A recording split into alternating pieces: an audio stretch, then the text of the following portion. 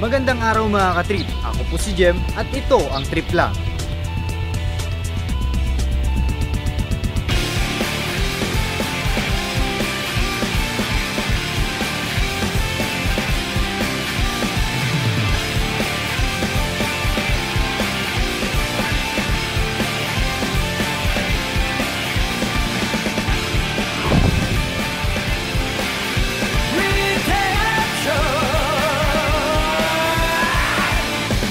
Trip lang.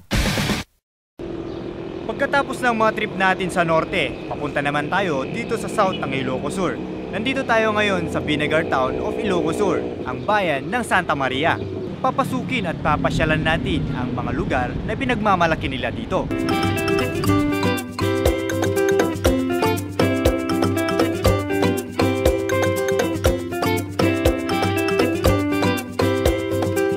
Ang bayan ng Santa Maria ay nasa pangatlong klase ng munisipalidad na matatagpuan sa pangalawang distrito ng Ilocos Sur.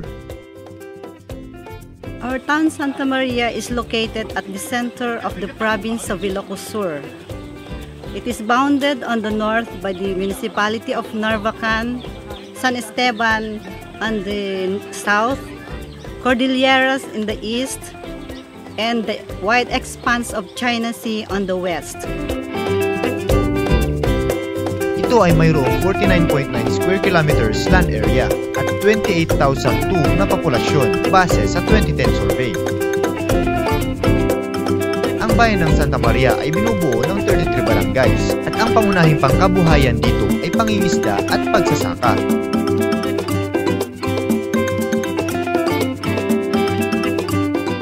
Our town Santa Maria has three main tourist attractions, namely the Suso-Nalbo beaches, which is located at Barangay Suso and Barangay Nalbo. We have the Pinsal Falls, located at Barangay Babalasiwan, 15 minutes drive from our municipal town hall. On top of the Pinsal Falls, you can find the footprint of Angelo, the lover of Aran, and it has also a hot spring. We have also, of course, the UNESCO World Heritage Church, Asuncion de Santa Maria Church, located on top of a hill. It was built during the Spanish regime in 1767. Una nating papasyalan ang Asuncion de Santa Maria Church. Yan yung nasa likod ko. Ito ay nabibilang sa UNESCO World Heritage Site.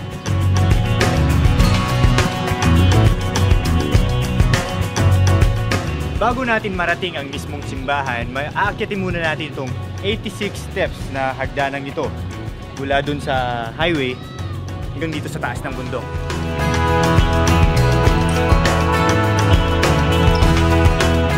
Orihinal na itinayo ng mga paring Agustino bilang kapilya ng Narvacan. Naging isang parokya noong 1769 na ang patrona ay Nuestra Señora de la Asuncion. Muling ginawa at nilagyan ng ture noong 1810. Naging pansamantalang tuluyan ng mga misyonaryong nagtutungo sa Abra. Binago noong 1863 at ang dalos-dos nito ay pinaligiran ng malalaking bato. Muling pinagawa ni Padre Lorenzo Rodriguez ang simbahang bato. Sa bisa ng kautusan ng Pangulo bilang 260, unang araw ng Agosto 1974, na sinusugan ng mga kautusan bilang 376, ikalabing-4 ng Enero 1974, at bilang 1,515, ikalabing-1 ng Hunyo 1978. Ang simbahang ito ay pinahayag na pambansang palatandaang pangkasaysayan.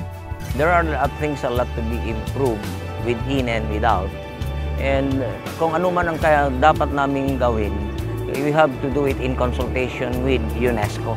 Hindi namin pwedeng galawin yan kung walang blessing ng UNESCO. And it should conform to the more or less Gothic style of architecture. Kung ano man ang kailangan gawin mo dyan, it should conform with the original architecture of that area. Sa likod ng Asuncion de Santa Maria Church, may makikitang lumang kapilya na napapalibutan ng mga nicho. Ang sementeryong ito ay mas nauna pang ipatayo kaysa sa Santa Maria Church, pero parte pa rin ito sa UNESCO World Heritage Site.